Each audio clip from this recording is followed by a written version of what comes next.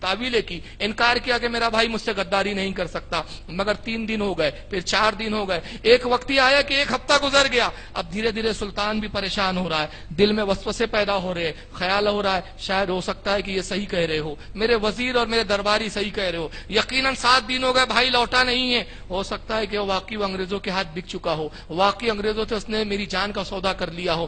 ایک دن بڑے پریشانی میں ٹیپو سلطان اپنے محل میں گھوم رہے ہیں، چہل قدمی کر رہے ہیں، پریشان ہے، بھائی کی کوئی خبر نہیں ہے۔ تبھی وہ دودھ پلانے والی ماں دائی آتی ہے، دیکھا، کہا سلطان کیا بات ہے، کیوں پریشان ہو؟ دائی کو محبت سے ماں کہا کرتے تھے، اس لیے کہ جو دودھ پلائے وہ بھی ماں ہی ہوا کرتی ہے۔ تو کہتے امی جان بڑی عجیب بات ہے، میری پریشانی کا سبب کوئی اور نہیں بلکہ تمہارا اپنا بیٹا ہے۔ کہا میرا بیٹا؟ کیا ہوا میرے بیٹے نے سلطان، کیا کیا میرے بیٹے نے؟ کہتے کہ دائی ماں جانتی ہو تمہارے بیٹے نے کیا کیا ہے؟ میرے ساتھ غداری کی ہے۔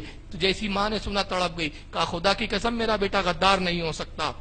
تم کو کس نے کہا کہ میرے بیٹے نے غداری کی ہے؟ کیا ثبوت ہے کہ میرے بیٹے نے غداری کی ہے؟ کہتا ہے ماں میں نے معاہدہ انگریزوں سے کرنے کے لیے بھیجا، مگر آج 7 دن کا عرصہ ہو گیا، کوئی اتا پتہ نہیں ہے، اور لوگ کہتے ہیں ایک افواہوں کا بازار گرم ہے، لوگ بلکہ یہاں تک شہادتیں دینے لگے ہیں، قسمیں کھا کھا کے مجھے یقین دلانے کی کوشش کر رہے ہیں کہ اس نے میرے ساتھ غداری کر لی ہے، انگریزوں سے سودا کر لیا ہے، انگریزوں سے وہ مل گیا ہے۔ جیسی ماں نے سنا تڑپ گئی، کہا سلطان قسم وحدہ لا شریک کی کھا کر میں کہتی ہوں میرا بیٹا مر سکتا ہے لیکن غداری نہیں کر سکتا۔ وجہ یہ ہے کہ اس نے ایک باشیار عورت کا دودھ پیا ہے، ایک پارسا اور ایک وفادار عورت کا دودھ پیا ہے، ایک غدار کا نہیں۔ اور جب بھی میں نے تمہیں اور اسے دودھ پلایا ہے تو باوضو ہو کر دودھ پلایا ہے، کبھی بغیر وضو کے دودھ نہیں پلایا۔ مجھے یقین ہے کہ جو دودھ وضو کے ساتھ پلایا گیا ہو وہ دودھ کبھی غداری نہیں کر سکتا۔ اندازہ لگائیے پھر یہی ہوا، ماں نے جیسی کہا دوسرے دن ہی سلطان کا بھائی وہ دوسرے شریک آ جاتا ہے، اس نے بتایا کہ در حقیقت انگریزوں نے مجھے نظر بند کر دیا تھا،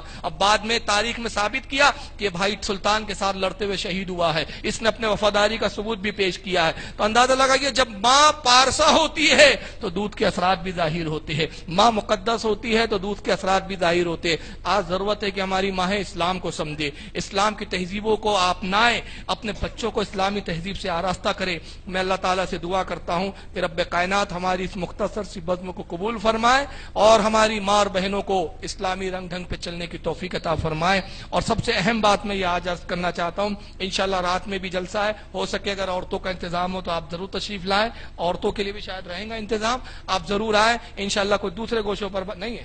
اچھا عورتوں کے لیے نہیں ہے، بہرحال چلیے سی ڈی بنے گی تو آپ سی ڈی کم سے کم سن لیجئے گا۔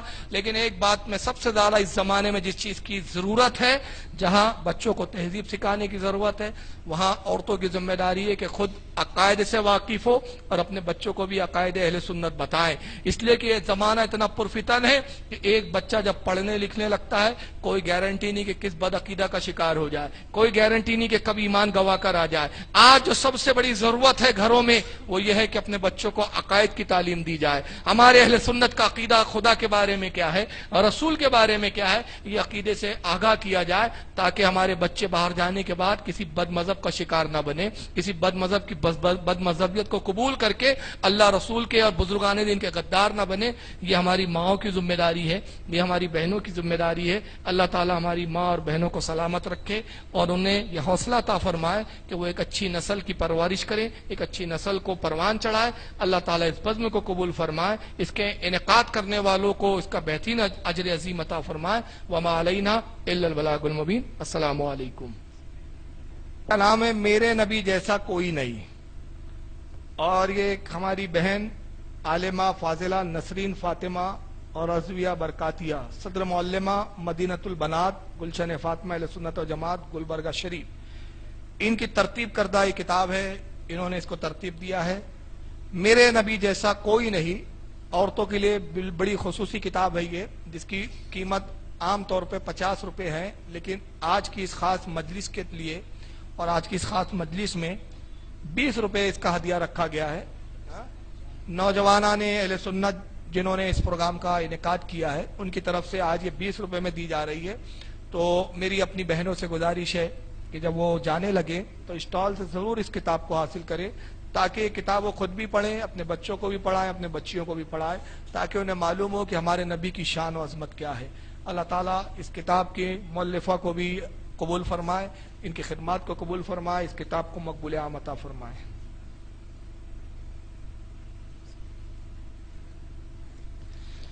کچھ سوالات ہیں. ابھی جیسے عرض کیا گیا کہ آدھا گھنٹے کا سوال و جواب کی نشست رہیں گی. 5 بجے کے قریب جلسہ اختتام کر دیا جائے گا. کسی بہن نے سوال پوچھا ہے کہ سلام پڑھنا اور جو غوث پاک کی 11ویں ہوتی ہے اس کا کھانا کھانا شرک مانا جاتا ہے، یہ کہاں تک صحیح ہے؟ اور بد مذہب سے نکاح کرنا جائز ہے؟ یعنی 2 سوال پوچھے ہیں. پہلا سوال یہ ہے کہ سلام پڑھنا یہ وہ عمل ہے جو صحابہ سے ثابت ہے، یہ وہ عمل ہے جو بزرگان دین اور ہر زمانے میں یہ رائج رہا ہے. اللہ کے رسول کی حدیث ہے صحیح مسلم کے اندر، سرکار فرماتے ہیں کہ میں اس پتھر کو بھی اچھی طریقے سے جانتا ہوں کہ جب میں چھوٹا بچہ تھا اور اپنے چچا ابو طالب کی انگلی پکڑ کے چلتا تھا تو وہ پتھر کے قریب سے جب میں گزرتا مکہ کے تو وہ پتھر مجھے دیکھ کر کہتا الصلاۃ والسلام علیک یا رسول اللہ. تو گویا رسول پر تو پتھروں نے بھی سلام بھیجا ہے، اور حضور کو پتھروں کا سلام پڑھنا اتنا پسند ہے کہ باوجود اس کے کہ حضور نبوت کا اعلان کر چکے ہیں، جوان ہو چکے ہیں اور عمر دراز ہو چکے ہیں، مگر اپنے بچپن کے اس واقعے کو بھی یاد فرما رہے اور فرماتے آج بھی میں اس پتھر کو پہچانتا ہوں کہ جو مجھ پر سلام بھیجا کرتا تھا. تو سرکار پہ تو چرند پرند درخت سبھی سلام بھیجتے تھے. حضور صلی اللہ علیہ وسلم نے فرمایا کہ جو مجھ پر درود و سلام میرے موجہ شریف میں میری قبر کے پاس پڑھا جاتا ہے اس کو میں خود سنتا ہوں اور خود جواب دیتا ہوں. اور امام قاضی عیاض بہت بڑے امام گزرے ہیں، ان کی کتاب ہے شفا. امام قاضی عیاض فرماتے ہیں کہ جو سلام بڑی محبت کے ساتھ پڑھا جائے اور رسول کے تصور میں پڑھا جائے تو آقا فرماتے ہیں کہ وہ سلام کہیں سے بھی پڑھا جائے اس سلام کو میں خود سن لیتا ہوں. جلاء الافہام بہت ایک کتاب ہے جس کے لکھنے والے ابن قیم جوزیہ ہے، جس کو غیر مقلد اہل حدیث بہت مانتے ہیں. ابن تیمیہ کے شاگرد ہے ابن قیم جوزی، ان کی کتاب ہے جلاء الافہام.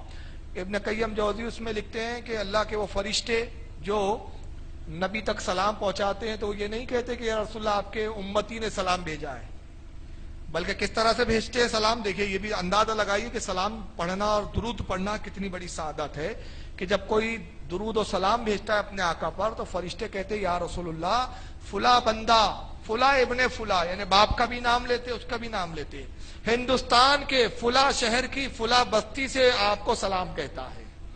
تو آقا فرماتے ہیں جب وہ فرشتے کہتے قسم وحدہ لا شریک کی، میں اپنے اس امتی کو ایسے پہچانتا ہوں جیسے باپ اپنے بیٹے کو پہچانتا ہے. تو اللہ کے رسول اپنے امت کے ہر فرد کو پہچانتے ہیں، اپنی امت کی ہر خاتون کو پہچانتے ہیں، ہر اپنی بیٹی کو پہچانتے ہیں. تو اگر خاتون ہو یا مرد ہو کوئی بھی ہو محبت سے درود پڑھے، آقا سنتے بھی ہے، پہچانتے بھی ہے، جواب بھی دیتے ہیں. شاہ عبدالحق محتی سے دہلوی رحمۃ اللہ علیہ ایک بہت بڑے بزرگ گزرے ہیں جن کو دیوبندی بھی مانتے ہیں، اہل حدیث بھی مانتے ہیں اور ہم اہل سنت بھی مانتے ہیں. 500 سال پہلے کے بزرگ ہیں، دہلی میں مزار ہے، اور یہ وہ بزرگ ہیں جنہوں نے ہندوستان میں سب سے پہلے علم حدیث کو رائج کیا ہے. شاہ عبدالحق محتی دہلوی کی کتاب ہے جس کا نام ہے اخبار الاخیار. اس میں شاہ عبدالحق محتی سے دہلوی فرماتے ہیں، عرض کرتے اللہ کی بارگاہ میں دعا کرتے ہوئے کہ پروردگار میرا کوئی عمل ایسا نہیں جو تیری بارگاہ میں قبول ہو جائے، میرے ہر عمل میں کچھ نہ کچھ فساد نیت ہے، عمل میں کوئی کوتاہی اور کمی ہے، مجھے یقین نہیں کہ میرا عمل تو اللہ اپنی بارگاہ میں قبول کر لے، لیکن ایک عمل ایسا ہے جس پر مجھے یقین کامل ہے کہ اس عمل کو تو رد نہیں فرمائیں گا اور اس عمل کو تو قبول کر لیں گا. فرماتے وہ عمل تیرے فضل و کرم سے یہ ہے کہ میں تیرے نبی کی بارگاہ میں کھڑے ہو کر صلاۃ و سلام پڑھتا ہوں. تو شاہ عبدالحق محتی دہلوی جیسا بزرگ کہہ رہا ہے کہ میرا عمل قابل قبول نہیں ہو سکتا، کوتاہیاں ہے میرے عمل میں، لیکن درود پڑھنا ایسا عمل ہے جو رد نہیں ہوگا. وہابیوں کے اور دیوبندی جماعت کے بہت بڑے عالم گزرے ہیں جن کا نام ہے حاجی امداد اللہ صاحب، جن کو مولانا اشرف علی تھانوی کا پیر کہا جاتا ہے. تھانوی صاحب، نانا طبی گنگوئی، جتنے یہ دیوبند کے مولوی ان سب کے پیر ہے. وہ ان کی کتاب ہے فیصلہ ہفت مسئلہ، اس میں کہتے ہیں کہ میں میلاد کی محفل بھی کرتا ہوں، کھڑے ہو کر نبی کی بارگاہ میں سلام بھی پڑھتا ہوں اور سلام پڑھتے وقت میں لطف بھی پاتا ہوں، مطلب مزہ بھی آتا ہے. تو بہرحال یہ سلام پڑھنا سب سے ثابت ہے، جو اس کو بدعت کہے وہ خود بدعتی ہے. اور دوسرا کہ غوث پاک کی 11ویں کھانا شرک ہے، تو یہ بہت بڑی جہالت ہے ان لوگوں کی. نیاز اسلام میں اس کا ثبوت موجود ہے، نظر و نیاز اصال ثواب. 11ویں در حقیقت غوث پاک کی نیاز اور اصال ثواب ہے اور یہ شریعت سے ثابت ہے. اور ثابت ایسے اس کے تعلق سے بہت ساری حدیثیں، اتنا وقت نہیں ہے، میں صرف 2 حدیثیں پیش کر رہا ہوں. ایک یہ ہے کہ بخاری شریف میں حضرت سعد ابن عبادہ رضی اللہ تعالیٰ عنہ جلیل القدر ایک صحابی ہے، وہ ان سے روایت ہے کہ ان کی والدہ کا انتقال ہو گیا. نبی پاک کی خدمت میں آیا اور عرض کیا یا رسول اللہ میری ماں کا انتقال ہو گیا ہے۔ اے اللہ کے رسول صلی اللہ تعالی علیہ وسلم، اگر میری ماں کے پاس میں ہوتا اس وقت جب ان کا انتقال ہو رہا تھا، میں اس وقت تھا نہیں ان کے پاس، تو میرا خیال ہے کہ وہ ضرور کوئی نہ کوئی وصیت کرتی۔ تو آقا نے کہا کیا وصیت کرتی؟ کہا یا رسول اللہ وہ ضرور ایسا کام کرنے کے لیے کہتی جو اس کے لیے صدقہ جاریہ اور اصال ثواب ہو۔ تو حضور نے فرمایا مدینے میں کنواں کھدوا دو۔ حضرت سعد نے کنواں کھدوایا، اللہ کے نبی اس کنویں پہ تشریف لے گئے، اپنا لعاب دہن اس کنویں میں ڈالا، اور راوی حدیث کہتے ہیں کہ حضور کا لعاب ڈالنا تھا کہ وہ کنویں کا پانی مدینے کے تمام کنووں سے سب سے زیادہ میٹھا تھا۔ اور پھر حضور نے اپنے ہاتھوں کو اٹھایا، اور حدیث کے الفاظ امام بخاری کے کہ حضور نے کہا حاذہ لأم سعد، اے اللہ یہ کنواں ام سعد کی ماں کے لیے ہے، سعد کی ماں کے لیے، یعنی اب اس کنویں کا پانی جو بھی پیے اس کا ثواب ام سعد کو ملے۔ تو اس سے پتہ چلا کہ اصال ثواب، نظر و نیاز، فاتحہ یہ سب درست ہے۔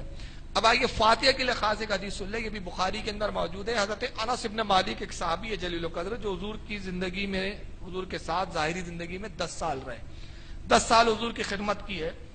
ان کی والدہ ہے، ان کی ماں ہے ام سلیم، بڑی جلیل القدر صحابیہ ہے۔ حضور اکثر ان کے گھر پہ جا کے دوپہر میں آرام کیا کرتے تھے، اور حضور کی بڑی خاطر تواضع کیا کرتی تھی۔ تو ایک مرتبہ ام سلیم نے یہ کیا حضرت انس کی والدہ نے کہ کچھ روٹی کو باریک پیسا، جس کو ہم ملیدہ کہتے ہیں، اور یہ حدیث بخاری شریف میں، یاد رکھیں یہ حدیث کہاں ہے؟ بخاری میں۔ روٹی کو باریک پیسا، اس میں اصلی گھی ملا دیا اور اس کو پھر مکس کر دیا، گویا ایک طرح کا حلوہ جیسا بن گیا۔ لکڑی کے ایک پیالے میں رکھا اور اپنے بیٹے انس کو دیا، کہا بیٹا جاؤ رسول اللہ کو یہ میری طرف سے دے دینا۔ حضرت انس کہتے ہیں میں اس لکڑی کے پیالے کو لے کر جب وہ چیز کو آیا، وہ ملیدہ اور گھی کو، تو رسول اللہ کی خدمت میں اس وقت 70 سے کچھ زیادہ صحابہ بیٹھے ہوئے تھے۔ میں نے حضور کے سامنے اس پیالے کو رکھ دیا تو اللہ کے نبی نے اپنے ہاتھوں کو بلند کیا اور قرآن کی تلاوت کی، جتنا چاہا جو چاہا وہ قرآن پڑھا، اور اس کے بعد انس سے کہا کہ انس اس پیالے کو اٹھاؤ اور ہر صحابی کے سامنے رکھتے جاؤ۔ حضرت انس کہتے ہیں میں پیالے کو اٹھاتا، ہر صحابی کے سامنے رکھتا، حضور اس صحابی سے کہتے کھاؤ، پیٹ بھر کے کھاؤ، شکم سیر ہو کر کھاؤ، یہ نہ سوچو کہ کم ہے، جتنا کھا سکتے ہو اتنا کھاؤ۔ پھر وہ پیالہ دوسرے صحابی کے پاس رکھا جاتا، حضور ان سے بھی کہتے شکم سے رو کے کھاؤ، پیالہ تیسرے صحابی، پھر چوتھے، پانچویں۔ حضرت انس کہتے 70 صحابہ سے گھوم کر وہ پیالہ رسول اللہ کے پاس آیا، پھر حضور نے بھی اس میں سے کھایا اور کہا انس اب یہ جو پیالے میں رہ گیا ہے یہ ہماری طرف سے اپنی ماں ام سلیم کو دے دو۔ حضرت انس کیسے قسم اس وحدہ لا شریک کی جس نے رسول اللہ کو حق کے ساتھ بھیجا، میں حیران تھا جب لایا تب زیادہ تھا کہ اب لے جا رہا ہوں تو زیادہ ہو گیا ہے، یعنی لے جا رہے ہیں تو اس وقت زیادہ ہو گیا تھا، برکتیں آ گئی تھی اس میں۔ اسی کو اصال ثواب اور فاتحہ کہتے ہیں۔ تو ہر بزرگ کی فاتحہ صحیح ہے۔ اب کچھ لوگ دھوکہ دینے کے لیے قرآن کی ایک آیت یہاں پیش کرتے ہیں، کہتے ہیں کہ قرآن میں آیا وما احل بہ لغیر اللہ، تم پر حرام کیا وہ جانور جو غیر اللہ کے نام سے منسوب کر دیا جائے۔ یہ ان کی بہت بڑی بددیانتی ہے کہ ترجمہ وہ منسوب سے کرتے ہیں، حالانکہ قرآن کا نہ یہ مفہوم ہے نہ یہ ترجمہ ہے۔ جتنے مفسرین ہیں قرآن کے، امام فخر الدین رازی سے لے کر یا امام نصفی سے لے کر یا شاہ ولی اللہ سے، میں یہاں سے شروع کروں کہ شاہ ولی اللہ محدث دہلوی سے لے کر عبداللہ ابن عباس تک، تمام مفسرین نے اس آیت کا ترجمہ جو لیا یا جو مفہوم لیا وہ یہ لیا وما احل بہ لغیر اللہ، وہ جانور ہم نے تم پر حرام کیا جس کے ذبح پر غیر کا نام پکارا جائے، جس کے ذبح کرتے وقت غیر اللہ کا نام لیا جائے۔ مثلا کوئی جانور اگر آپ نے یہ کہہ کر ذبح کیا بسم ہی عبد القادر جیلانی، وہ جانور حرام ہو گیا۔ کسی نے کہا بسم ہی معین الدین چشتی، وہ جانور حرام ہو گیا۔ کسی نے کہا بسم ہی فلاں، وہ حرام ہو گیا۔ لیکن کوئی ان پڑھ سے ان پڑھ بھی آدمی جب جانور ذبح کرتا ہے تو کسی ولی کا اور بزرگ کا نام ذبح پہ نہیں لیتا، بلکہ کہتا ہے بسم اللہ اللہ اکبر۔ جانور اللہ کا نام لے کے ذبح کرتا ہے اور اس کے بعد کھانا پکانے کے بعد کہتا ہے مولا جو کچھ یہ کھانا ہے، جو کچھ کھلایا جائے گا، پلایا جائے گا، تقسیم کیا جائے گا، ان سب کا ثواب فلاں بزرگ کو پہنچا، ثواب پہنچایا جاتا ہے، نہ کہ اب یہ کہتے ہیں کہ منسوب کرنے سے جانور حرام ہو جاتا ہے۔ تو یہ اتنے بڑے جاہل ہے کہ پوچھئے مت۔ تو ان کو پھر چاہیے کہ اس حدیث کا جواب لے آئیں جو امام مسلم نے صحیح مسلم میں لکھا، امام ابو داؤد نے اس کو سنن میں لایا، ابن ماجہ نے، امام نسائی نے، امام بیہقی نے، شرح المعانی نے، امام طحاوی نے، سب نے یہاں سے وہاں تک کی حدیث لکھی۔ اور حدیث پاک یہ ہے کہ حضرت عائشہ ام المومنین فرماتی ہے کہ نبی نے ایک جانور ذبح کیا، ایک دمبا ذبح کیا، اور اس کے بعد فرمایا کہ ایک اور دمبا لایا جائے۔ حضور کے پاس دوسرا دمبا لایا گیا، حضور نے دوسرے دمبے کو بھی ذبح کیا، اور ذبح کرنے کے بعد فرمایا پروردگار جو پہلا دمبا میں نے ذبح کیا تھا وہ میری طرف سے ہے، اور جو دوسرا دمبا میں نے ذبح کیا یہ میری اس امت کی طرف سے ہے جو قیامت تک قربانی کرنے کے لائق نہیں ہے، یعنی جو آئیں گی قیامت تک لیکن قربانی کرنے کی استطاعت نہیں ہوگی، ان کی طرف سے۔ تو بتائیے جانور میں رسول اللہ نے پوری امت کو منسوب کیا کہ نہیں کیا؟ تو پوری امت منسوب ہو گئی تو حرام نہیں ہوا، اور آپ نے کہہ دیا 11ویں کا جانور 11ویں کی نیاز، تو کیسے حرام ہو گیا؟ تو یہ بیوقوفانہ بات ہے، اس کے اور بھی جوابات ہیں لیکن وقت کی بھی تنگی ہے۔ اور دوسرا سوال